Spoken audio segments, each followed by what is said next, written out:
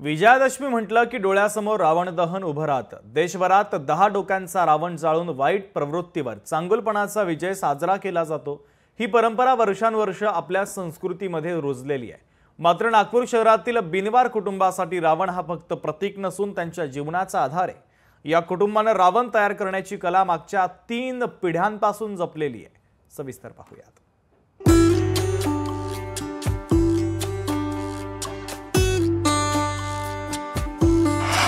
रावण दहनामुळे रोजगार।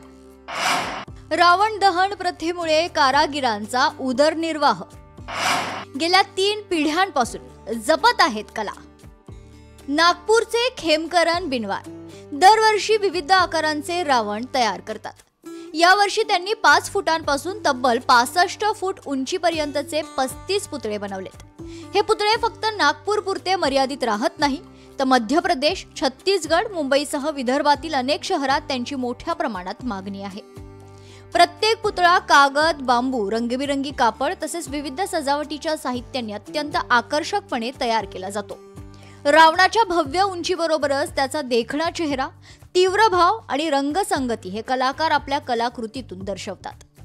जास्तीत जास्त आम्ही विदर्भ आणि मराठवाडा, बाकी छत्तीसगड आणि मध्य प्रदेश आणि संपूर्ण महाराष्ट्रात आम्ही पुतळे इथून निर्माण करून देतात। यावर्षी आम्ही 5 फुटापासून तर 65 फुटापर्यंत रावणाचे आम्ही निर्माण केलेले आहे। माझा भाऊ आणि मी म्हणून 35 पुतळ्यांचं निर्माण आम्ही यावर्षी 2025 पर्यंत तयार करून झालो। जवळपास 65 वर्षांपासून बिनवार यांचे हे कुटुंब या कलाकृती व्यवसायात आहेत। दसऱ्याच्या 4 महिन्यांआधीपासूनच पुतळे तयार करण्याच्या कामाला सुरुवात होते।